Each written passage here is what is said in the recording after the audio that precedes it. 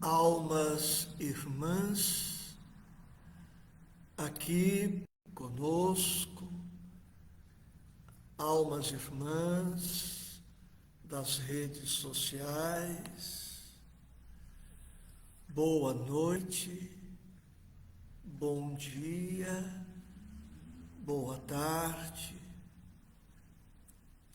tudo dependendo do momento da conexão. Meu abraço, meu carinho, minha gratidão, com votos de muita paz em Jesus Cristo, nosso Mestre e Senhor. Convido a todos para o estudo do Evangelho segundo o Espiritismo. Nosso tema de agora, o óbolo da viúva. Tema que se encontra no capítulo 13 do Evangelho. Não saiba a vossa mão esquerda o que dá a vossa mão direita. É o nosso terceiro tema deste capítulo. Nas semanas anteriores, já estudamos fazer o bem sem ostentação, os infortúnios ocultos. E agora o óbolo da viúva. Em um pensamento inicial, introdutório, formulo esta pergunta. Vocês, nós conseguiríamos imaginar a existência de alguma coisa ou de um ser, de uma criatura humana totalmente destituídos de importância, de valor, de significado, de utilidade, de finalidade? É possível pensar que Deus, a perfeição absoluta, tenha feito algo ou alguém completamente inútil, inválido, imprestável, sem função, sem utilidade, sem razão de ser? A resposta que nos surge a esta indagação é previsível. Deus, sendo perfeito, não faria algo inútil, sem finalidade. Portanto, todos nós somos necessários à vida. Por isso, a vida é também um bem indisponível. E com a viúva da passagem evangélica, nós vamos perceber que mais importante do que a quantidade doada ou a quantidade feita, produzida, é a intenção que colocamos naquilo que fazemos, seja muito ou seja aparentemente pouco. A intenção é que efetivamente fará toda a diferença. Para Deus, mais importante é aquele que, tendo pouco, possui uma alma generosa e desprendida e que se propõe a doar alguma coisa com a intenção de ajudar, de auxiliar, de cooperar. Mais vale uma doação com estas características do que uma grande doação com exibicionismo, atendendo à vaidade, o ego, o orgulho, o desejo de promoção pessoal.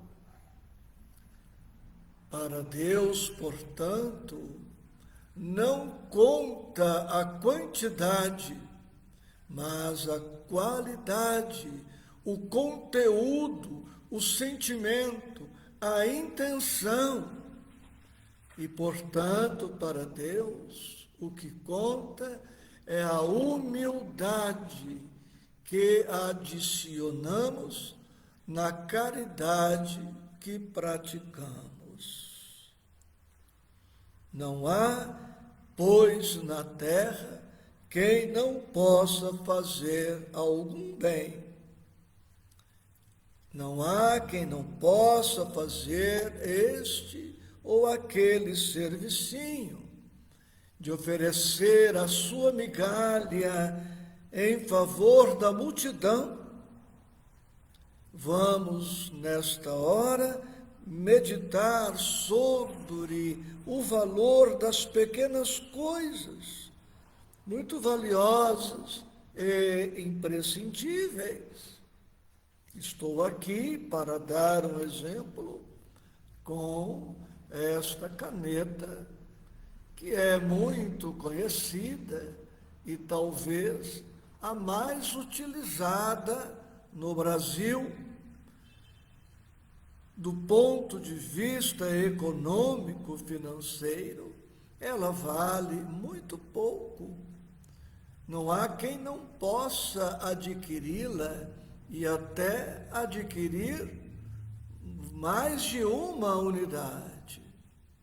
Mas quanto bem nós podemos fazer com esta simples caneta.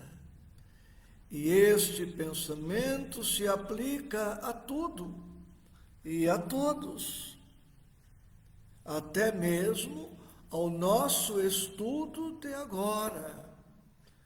Não é um estudo longo. Quem está aqui não é um teólogo, um filósofo, não é um doutor, um mestre em evangelho, mas aqui estamos. E não digo isto para me promover, mas digo isto para dizer que enquanto não podemos mais, vamos nos propondo a fazer o que já nos é possível. Basta que pensemos na lição da semente, na mensagem silenciosa da raiz de uma árvore. Agora, convido a todos para que tenhamos o Evangelho aberto no capítulo 13, item 5. O texto é de Marcos e de Lucas. Estando Jesus sentado defronte do gasofilácio, a observar de que modo o povo lançava ali o dinheiro, viu que muitas pessoas ricas o deitavam em abundância. Nisso veio também uma pobre viúva que apenas deitou 2 pequenas moedas do valor de 10 centavos cada uma. Chamando então seus discípulos, disse-lhes: em verdade vos digo que esta pobre viúva deu muito mais do que todos os que antes puseram suas dádivas no gasofilácio, pois que todos os outros deram do que lhes sobra, do que lhes sobeja, ao passo que ela deu do que lhe faz falta, deu mesmo tudo o que tinha para seu sustento. Em outro estudo feito, baseado nesta passagem, eu disse que esta viúva era pobre do ponto de vista material, financeiro, econômico, social, mas do ponto de vista espiritual, era muito rica, muito virtuosa.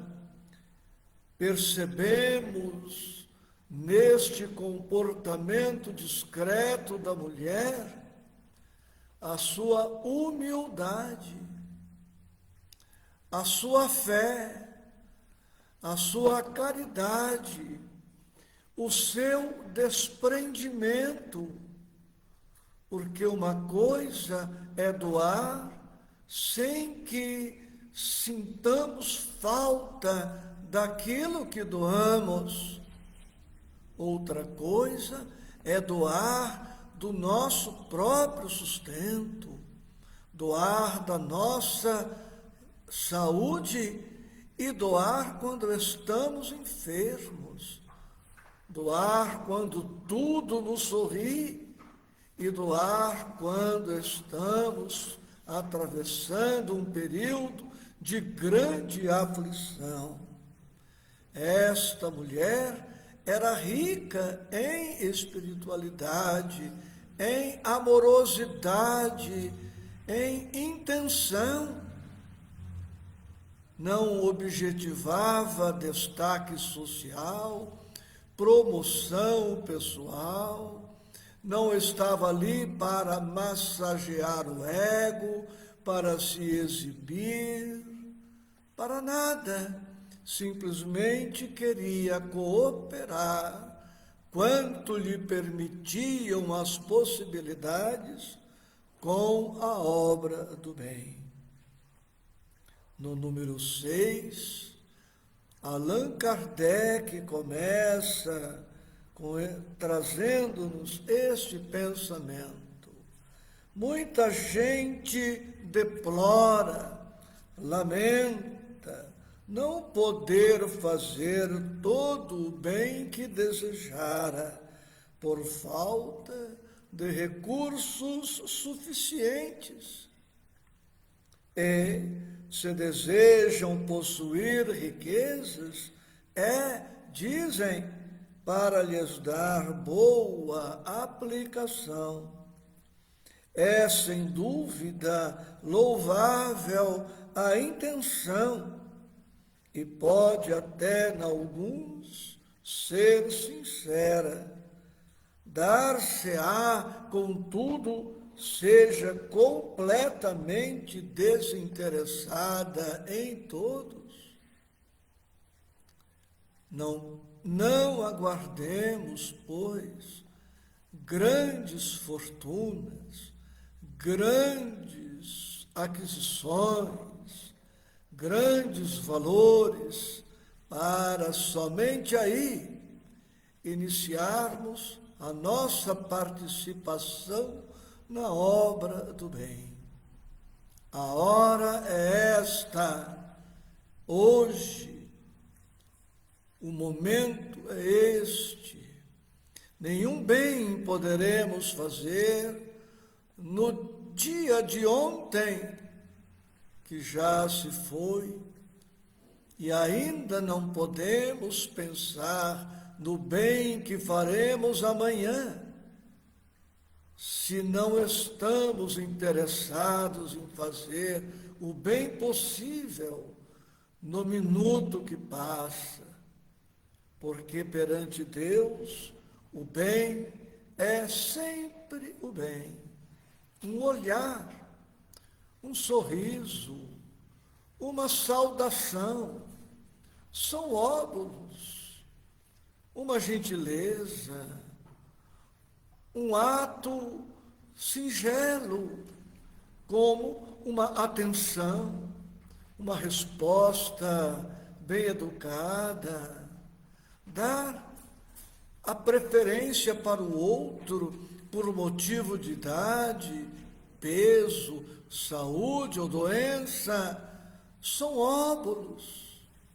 Dizer aquelas palavras mágicas, por favor, com licença, muito obrigado, me desculpe, reconheço que errei, são expressões tão preciosas, tão importantes no interrelacionamento, expressões curtas, que não custam nada do ponto de vista financeiro e que trazem, produzem, proporcionam um bem infinito. Então nós podemos fazer alguma coisa.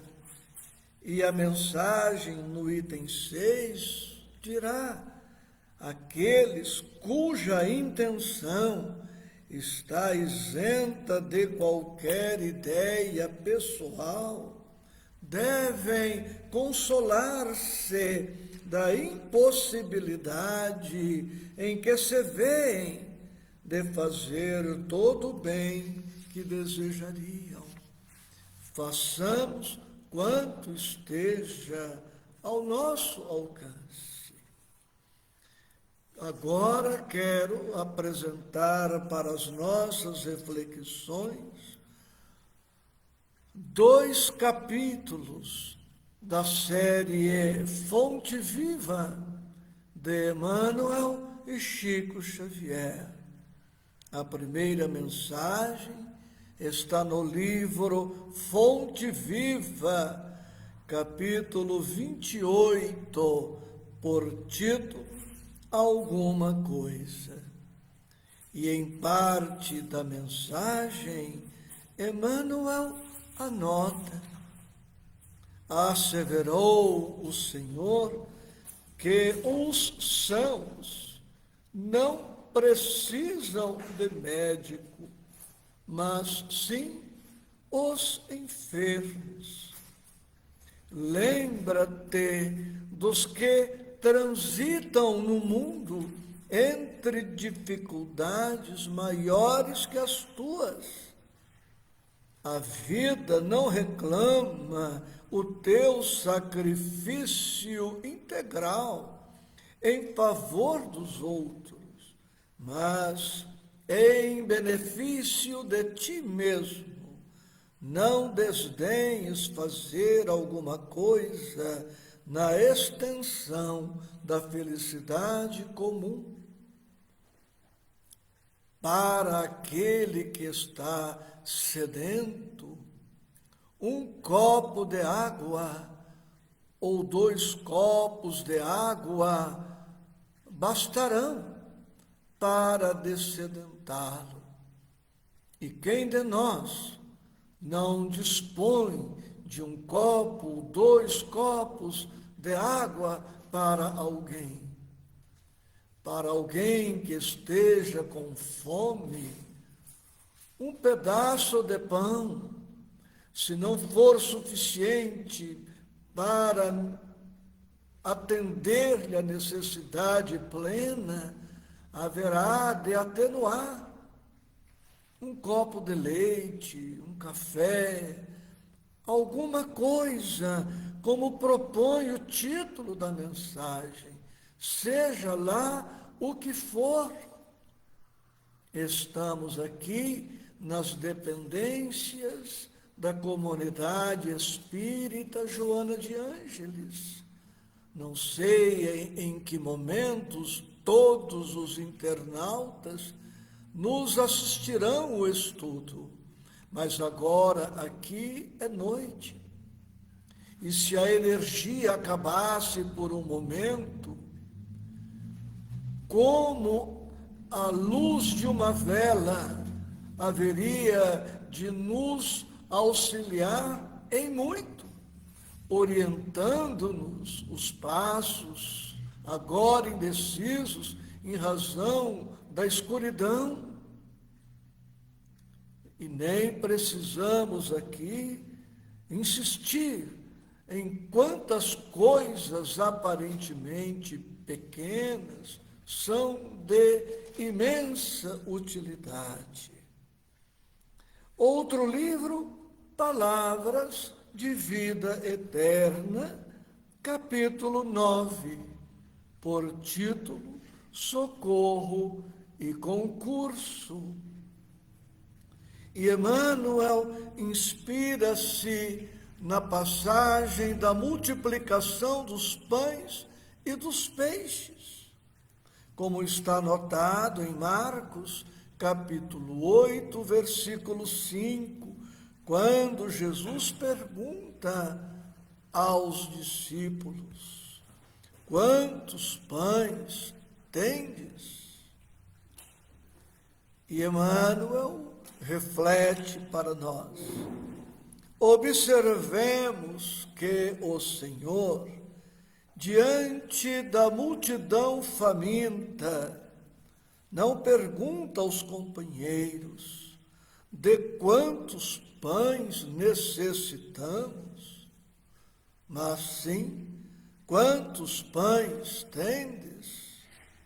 A passagem denota a precaução de Jesus no sentido de alertar os discípulos para a necessidade de algo apresentar à providência divina como base para o socorro que suplicamos.